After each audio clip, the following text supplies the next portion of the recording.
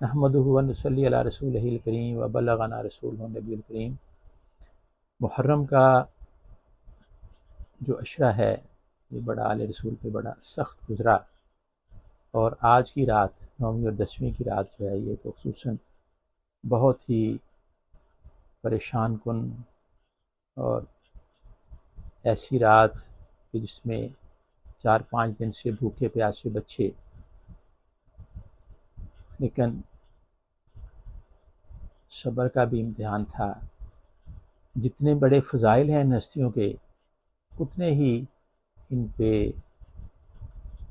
ان کی آزمائش اور ان کا امتحان بھی اتنا ہی سخت ہے۔ تو اس میں سے کچھ ینگسٹر یہاں یو کے وہ سوال کرتے ہیں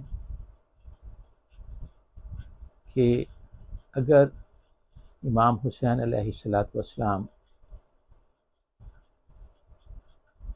کو نبی پاک صلی اللہ علیہ وآلہ وسلم نے بتا دیا تھا کہ آپ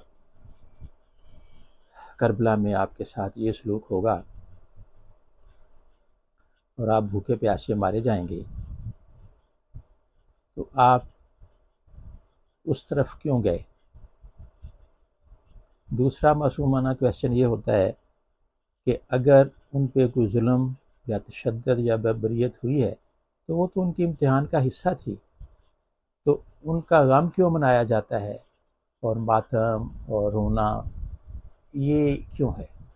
خوش ہونا چاہیے کہ وہ آزمائش میں اور امتحان میں کامیاب ہو گئے۔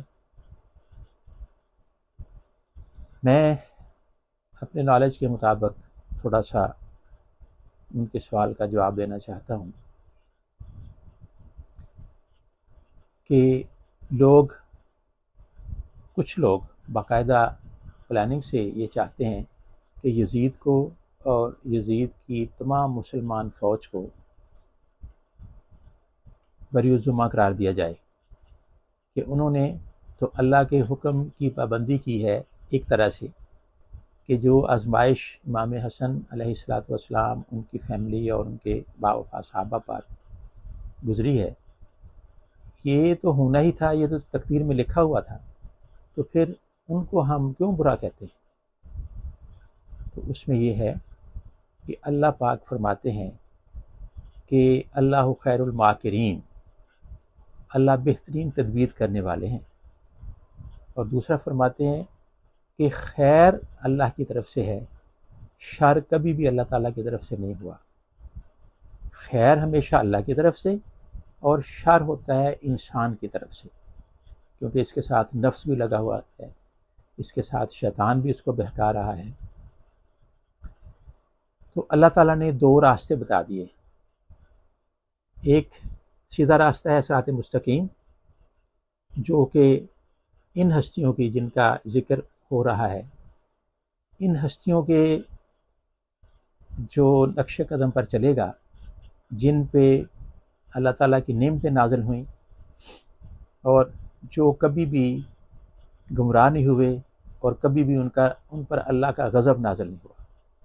البتہ آزمائشیں تو آتی ہیں، یہ اللہ کا قانون ہے، آدم سے لے کر حضرت نبی پاک صلی اللہ علیہ وآلہ وسلم تک یہ سارے پاک و پاکیزہ لوگ تھے، اور پھر آگے آل رسول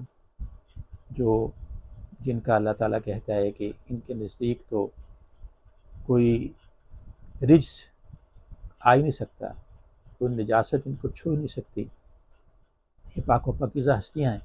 تو جب یہ اتنی پاک و پاکیزہ ہستیاں ہیں تو پھر سوائے آزمائش کے کوئی غضب یا کوئی چیز اور ان کے قریب نہیں پہنچ سکتی۔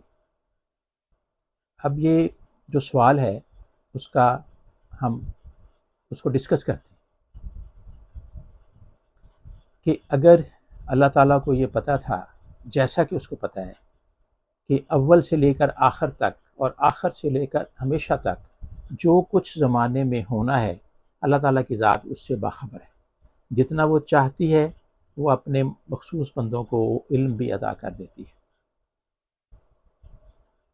اب سوال یہ ہے کہ اگر اللہ کو یہ پتہ تھا کہ شیطان نے اللہ کا حکم نہیں ماننا اور اس نے سجدہ نہیں کرنا آدم علیہ السلام کو، اور پھر چیلنج کرنا ہے اللہ تعالیٰ کو کہ میں اس جو آدم کی اولاد ہے اس کو میں گمراہ کروں گا، اس کو میں جنت سے دور رکھوں گا اور دوزخ کے قریب رکھوں گا، اے اللہ تعالیٰ مجھے نا پاورز دے دے۔ تو اللہ تعالیٰ نے کہا کہ ٹھیک ہے، ایک تو شیطان نے کہا کہ مجھے قیامت تک کی مہلت دے دے اور مجھے کوئی اختیارات دے دے۔ اب چیلنج تھا، تو اس نے کہا تھا کہ میں اولاد آدم کو میں گمراہ کروں گا۔ تو اللہ تعالیٰ نے کہا کہ ٹھیک ہے، میں ایک معینہ مدت تک تجھے میں مہلت دیتا ہوں، تو پھر اس کے پاس اتنے اختیارات ہیں، اس نے چونکہ بہت عبادت کی اور وہ جن تھا، تو عبادت کر کر کے وہ اتنا آگے آ گیا کہ فرشتوں کا سردار بن گیا۔ تو اللہ تعالیٰ نے اسے کہا کہ تو نے میری حکم عدولی کی ہے، تو روندہ درگاہ ہے، تو یہاں سے دفع ہو جا۔ اس نے پھر یہ اللہ تعالیٰ سے یہ کہا کہ میں نے عبادت کی ہے تو اس کا میں اجر چاہتا ہوں، تو مجھے مہلت دے دے اور مجھے پاور سے دے۔ پاور اس نے یہ مانگی اور کہا کہ میں انسان کے آگے پیچھے دائیں بائیں اوپر نیچے اور اس میں انسان کے اندر خون میں سرایت کرنے کی بھی اس میں پاور ہے، تو وہ بہکاتا ہے اور اللہ کے راستے سے وہ برائی کی طرف لے کے جاتا ہے اور بڑا خوبصورت طریقے سے پیش کرتا ہے۔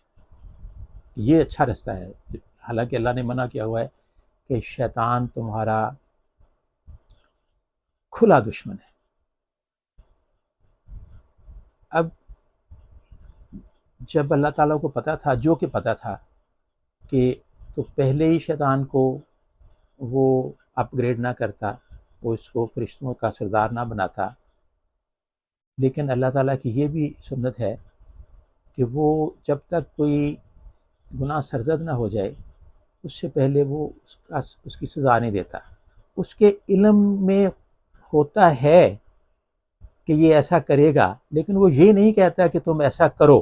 اس میں تھوڑا سا میرے جو سوال کرنے والے میرے ینگسٹرز ہیں وہ تھوڑا سا غور کریں کہ اللہ کا حکم ہے کہ نیک کام کرو، اچھے کام کرو۔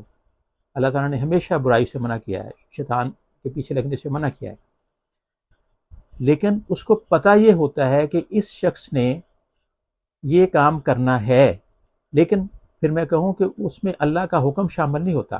یہ تقدیر کو اس کا نہیں دیا جاتا کہ یہ تقدیر میں لکھا تھا تو ایسا ہو گیا۔ تقدیر یہ نہیں ہے، اللہ تعالیٰ کبھی تقدیر میں ایسے نہیں لکھتے کہ انسان سے غلط کام لیے جائیں۔ یہ دنیا میں آ کے یہ سیکھتا ہے یا شیطان کے پیچھے لگتا ہے تو اس سے غلط کام سرزد ہوتے ہیں، اسی لیے سزا جزا ہے۔ اگر اللہ کے حکم کے مطابق یہ سارے کام ہونے تھے تو پھر جزا سزا جنت دوزخ کا تو سوال پیدا نہیں ہوتا تھا۔ حضرت علی کرم اللہ وجہہ کے پاس ایک شخص آیا، اس نے کہا کہ یہ انسان کے بس میں تو کوئی چیز نہیں ہے، تو یہ پھر جزا سزا کیا ہے؟ تو حضرت علی کرم اللہ وجہہ نے اس کو سمجھانے کے لیے، بلکہ ہمیں بھی سمجھانے کے لیے کہا کہ اپنی ایک ٹانگ اوپر اٹھا لو۔ وہ کھڑا تھا، اس نے ایک ٹانگ اوپر اٹھا لی، ایک ٹانگ پہ کھڑا ہو گیا، تو آپ نے فرمایا کہ دوسری ٹانگ بھی اٹھاؤ۔ تو اس نے کہا جی میں تو گر جاؤں گا، دوسری ٹانگ تو نہیں اٹھا سکتا۔ تو اللہ تعالیٰ نے کہا کہ انسان خود مختار نہیں ہے، البتہ فعل مختار ہے اپ ٹو سم ایکسٹینٹ۔ تو وہ جو اپ ٹو سم ایکسٹینٹ میں نے عرض کیا وہ یہ ہے کہ اس میں وہ اچھا بھی کر سکتا ہے، برا بھی کر سکتا ہے۔ اچھا کرے گا تو اس سے صلہ ملے گا، برا کرے گا تو اس کو سزا ملے گی۔ لہٰذا یہ جو باتیں ہیں کہ ان کو جو یزید یا ان کی فوج کو کوئی سزا نہیں ملنی چاہیے کیونکہ یہ تقدیر میں لکھا تھا کہ یہ تو آزمائش تھی، آزمائش ان کی تھی، ان ہستیوں کی، لیکن اللہ نے ان کی ڈیوٹی نہیں لگائی تھی کہ یہ کریں۔ یہ سب کچھ جو ہوا یہ انسانی جو لالچ ہے اس کی وجہ سے ہوا ہے۔ تو ان ہستیوں کا آزمائش تو ہو گئی اور وہ کامیاب ہو گئے، انہوں نے اپنی جانیں نچھاور کر دیں اور پھر اللہ تعالیٰ ان سے راضی ہو گئے۔ تو اس لیے اس کو تھوڑا سا وقت نہیں ہے کہ اس کو لمبا ایکسپلین کیا جائے، لیکن یہ ہے کہ جو بھی بندہ جرم کرتا ہے وہ سزا کا حق رکھتا ہے. اس کو اللہ تعالیٰ نے دونوں راستے بتا دیے ہوئے ہیں، اچھائی کیا ہے اور برائی کیا ہے. ہر انسان کے ساتھ ایک ضمیر لگا دیا ہوا ہے، ضمیر اس کو پہلے سے بتا دیتا ہے کہ یہ کام کرو اور یہ نہ کرو. تو اب میں ایک 9ویں کی رات کا ایک چھوٹا سا تذکرہ کر کے آپ سے اجازت چاہتا ہوں کہ بعض روایات میں آتا ہے کہ امام حسین علیہ السلام نے یزیدی فوج سے یہ مہلت مانگی تھی کہ ہمیں آج رات کی مہلت دے دیں تو ہم نے عبادات کرنی ہے. اگر تو انہوں نے یہ کہا ہے پھر تو جو معصوم کہے وہ ہمیشہ سچا اور صحیح ہوتا ہے. اگر اس میں کوئی مصلحت ہے تو وہ یہ ہے، کیونکہ عبادت تو وہ شروع سے بہترین کرتے تھے، ان کی نہ کوئی تہجد قضا ہوتی تھی، نہ ان کی نماز قضا ہوتی تھی، وہ روزہ نماز اور پابند تھے، مکمل انسان تھے، اکمل انسان تھے. چونکہ اللہ تعالیٰ نے انہیں بھیجا تھا ہمارا تزکیہ نفس کرنے کے لیے، ہمیں اچھے راہ لگانے کے لیے، تو ان سے تو کوئی چھوٹی سی غلطی بھی سرزد نہیں ہو سکتی. تو عبادات ان کی مکمل تھیں، نمازیں تو ان کی تہجد بھی قضا نہیں ہوئی کسی بھی وقت کسی بھی حالات میں. تو اس میں ایک باریکی بھی تھی کہ ایک سپہ سالار تھے ایک دستے کے، ان کو حر کہا جاتا ہے، حر بن ریاحی. تو وہ جانتے تھے امام حسین علیہ السلام کو، اور ان کے جو والدین ان کے والدات کو اچھی طرح جانتے تھے کہ یہ پاک و پاکیزہ ہستیاں ہیں. لیکن ان کو بھیجا گیا تو سب سے پہلے انہی نے روکا تھا ان کو کربلا میں. تو لیکن ان کا ضمیر ملامت کر رہا تھا. اس نے دیکھا کہ ایک طرف بچے بلبلا رہے ہیں اور آل رسول ہے جس میں کوئی کبھی بھی کسی کو کوئی تکلیف نہیں پہنچائی، ہمیشہ سچ حق کا ساتھ دیا ہے، اور ایک طرف یہ لوگ ظالم لوگ جن کو یہ صرف لالچ دیا گیا ہے کہ ہم تمہیں فلاں جگہ کی حکومت دے دیں گے، فلاں کی حکومت دے دیں گے، بس یہ بیعت کر لیں امام حسین علیہ السلام تو میری جو حکومت ہے وہ مضبوط ہو جائے گی، کہ میں کہوں گا کہ آل رسول نے بھی میری بیعت کی تھی. تو ویسے تو سب نے کر لی تھی سوائے ان ہستیوں کے. تو یہ کہتے تھے کہ ٹھیک ہے، ہمیں اس سے نہیں ہے کہ وہ حکومت کرتا ہے تو کرے، اتنی بڑی حکومت ہے اس کی، لیکن ہم بیعت نہیں کریں گے اس کی، کہ وہ چونکہ اللہ اور رسول کے اس کا جو کیریکٹر ہے وہ اللہ رسول کے احکامات کے خلاف ہے. ہم اگر بیعت کر لیں گے تو وہ امیر المومنین بن جائے گا. تو اس لیے ہم نے سچ حق کا ساتھ دینا ہے، برائی کی طرف ہم نے نہیں جانا، نہ برائی کو ہم نے کرنا ہے کہ ہمارا نام لیا جائے. کہ انہوں نے بھی جو کہ وہ چاہتا تھا کہ وہ بیعت کر لیں تو میں بالکل عوام کے سامنے بھی سرخرو ہو جاؤں. وہ چونکہ اس کے کردار کو جانتے تھے، اس لیے انہوں نے کہا کہ ہم اللہ کے اور اپنا جو رسول پاک صلی اللہ علیہ وسلم ہیں، آپ کی جد جو ہیں، ان کے اسلام میں کوئی ایسا قدم نہیں اٹھانا چاہتے تھے. تو وہ رات اس پہ بڑی بھاری گزر رہی تھی کہ میں نے امام حسین کو روکا، اور مجھے کیا تھا پتہ بھی تھا، تو پھر آگے دل میں جب اللہ چاہتا ہے کہ نیکی کی طرف لے کے جائے، کوئی خود بندہ بھی آنا چاہے تو اللہ اس کی مدد کرتے ہیں. تو وہ اپنے بیٹے، غلام اور بیوی لے کے تو امام حسین علیہ السلام کے پاس حاضر ہو گئے، اور بیٹے کو کہا کہ میرے ہاتھوں کو باندھ لو اور مجھے پیش کرو امام حسین علیہ السلام کی ذات کے سامنے، اور میں معافی کا طلبگار ہوں.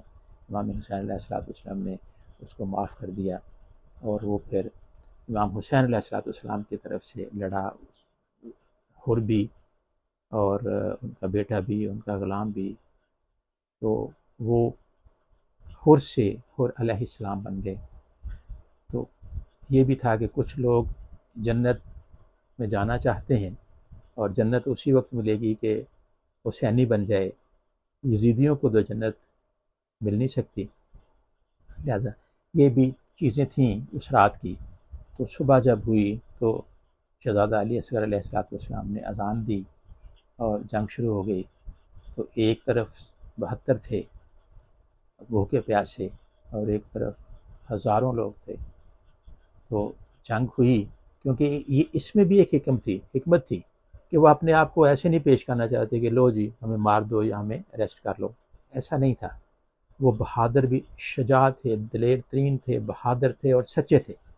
انہوں نے پھر شہید ہونا اپنے لیے بہترین سمجھا، تو وہ اللہ کی راہ میں سارے کے سارے شہید ہو گئے. وما علینا الا البلاغ المبین.